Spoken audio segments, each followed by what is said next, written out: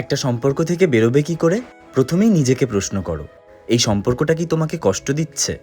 যদি উত্তর হ্যাঁ হয়, তাহলে বেরিয়ে এসো। সবার প্রথমে যে জিনিসটা করবে সেটা হলো নিজেকে জিজ্ঞাসা করো, তুমি কি সত্যি এটাই চেয়েছিলে যে তোমার ভালোবাসার মানুষ তোমার সাথে এমন ব্যবহার করুক?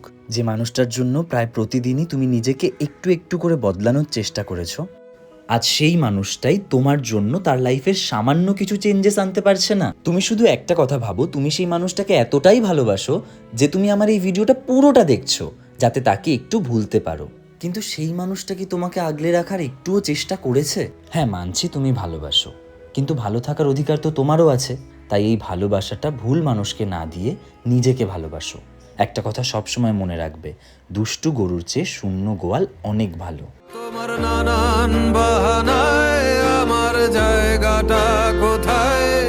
আমি কি এক ঘরে থাকি, ছিল কত কথা বাকি।